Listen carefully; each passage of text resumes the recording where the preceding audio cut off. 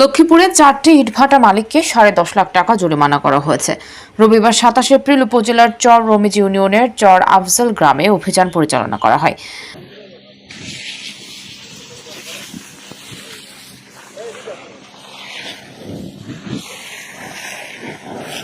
অবৈধ ইটভাটাগুলো হলো messrs 4 star bricks, messrs বিসমিল্লা bricks, messrs Shahjalal bricks ও messrs Shahparan bricks. এর মধ্যে 4 স্টার ব্রিক্সের স্বত্বাধিকারী আবু তাহেরকে 4 লাখ টাকা, বিসমিল্লা ব্রিক্সের স্বত্বাধিকারী গিয়াসউদ্দিনকে 2 লাখ টাকা, শাহজালাল ব্রিক্সের স্বত্বাধিকারী মোহাম্মদ দিদারকে 2,50,000 টাকা ও শাহপরান ব্রিক্সের মোহাম্মদ আকবরকে 2 লাখ টাকা জরিমানা করা হয়।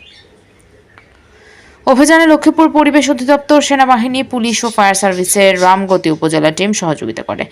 রামগতি উপজেলার নির্বাহী কর্মকর্তা ইউএনও সৈয়দ আমজাদ হোসেন ও উপজেলা সহকারী কমিশনার ভূমি ঝন্টু বিশ্বাস চাকমা বলেন, ভ্রাম্যমাণ আদালতের মাধ্যমে অবৈধ 4 ইটভাটা মালিককে জরিমানা করা হয়।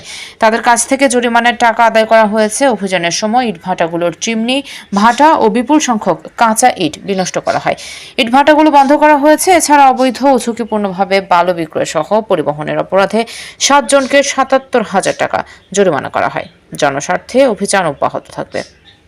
সোহেল হোসেন, ডাক বাংলা টিভি, লক্ষ্মীপুর।